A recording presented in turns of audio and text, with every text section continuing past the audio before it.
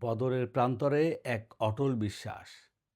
ইতিহাসের পাতা উল্টালে দেখা যায় একটি দিন, একটি প্রান্তর আর মাত্র ৩১৩ জন মানুষ।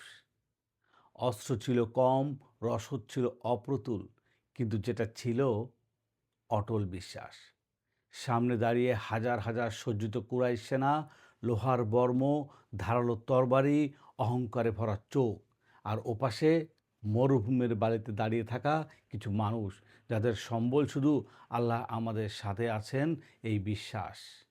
যুদ্ধ শুরুর আগ মুহূর্তে রসুলাল্লাহ সাল্লাহ সাল্লাম হাত তুলে বললেন, হে আল্লাহ, আজ যদি এই ক্ষুদ্র দলটি ধ্বংস হয়ে যায়, তবে পৃথিবীতে আর কেউ থাকবে না যে তোমার নাম উচ্চারণ করবে। এটা ছিল কেবল দোয়া নয়, এটা ছিল সম্পূর্ণ আত্মসমর্পণ। যুদ্ধ শুরু হলো।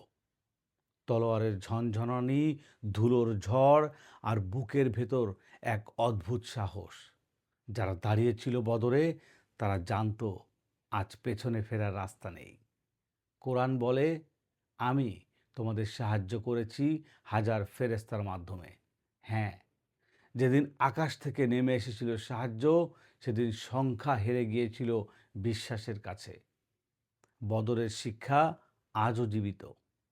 বদর শুধু একটি যুদ্ধ নয়, বদর হলো একটি বার্তা। তুমি কম হলে ভয় পেও না, তোমার সামর্থ্য কম হলে হতাশ হও না। যদি ন্যায় পথে থাকো, আল্লাহই তোমার শক্তি।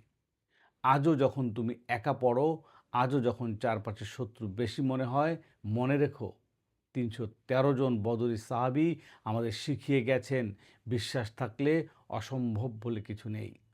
বদর আমাদের বলে, জিততে হলে আগে নিজেকে বিশ্বাস করতে শেখো আর আল্লাহর উপর ভরসা করো, তাহলেই ইতিহাস বদলায়।